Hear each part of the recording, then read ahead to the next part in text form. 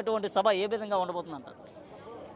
రేపు జనసేన ఆవిర్భావ దినోత్సవం మరి 11 వసంతాలు పూర్తి చేసుకుని 12వ సంవత్సరంలో అడుగు పెడుతున్నాము. అయితే ఈ వేదిక నుంచి రేపు మా నాయకుడు ఏం మెసేజ్ ఇస్తాడా అని చెప్పి ఒక్కొక్కడికి కూడా గుండెల్లో ఇలాగ హార్ట్ బీట్ ఎలా అయితే లబ్ డబ్ అని కొట్టుకుంటుందో ఆ విధంగా ప్రతి ఒక్కరికి ఎదురు చూస్తున్నారు.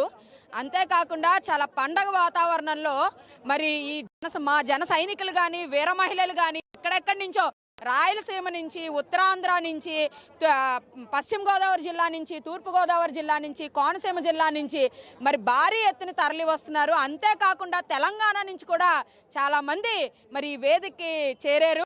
అయితే ఒక చాలా మంచి మెసేజ్ ఇవ్వాలి. ఈరోజు మా అందరికీ కూడా చాలా మంచి పండగ వాతావరణం. ద్వారంపూడి ఆ రోజు ఇదే సభా వేదిక దగ్గర నుంచి మా అధినాయకుడు సవాల్ చేశాడు, ప్రభుత్వం చేసి తీర్చి చూపిస్తామని. ఇవాళ మేమందరం పండగ వాతావరణంలో ఉన్నాం. ద్వారంపూడి చంద్రశేఖర్ రెడ్డి, నీ అంతు చూసేదాకా కబడ్దార్. జై జనసేన, జై హింద్.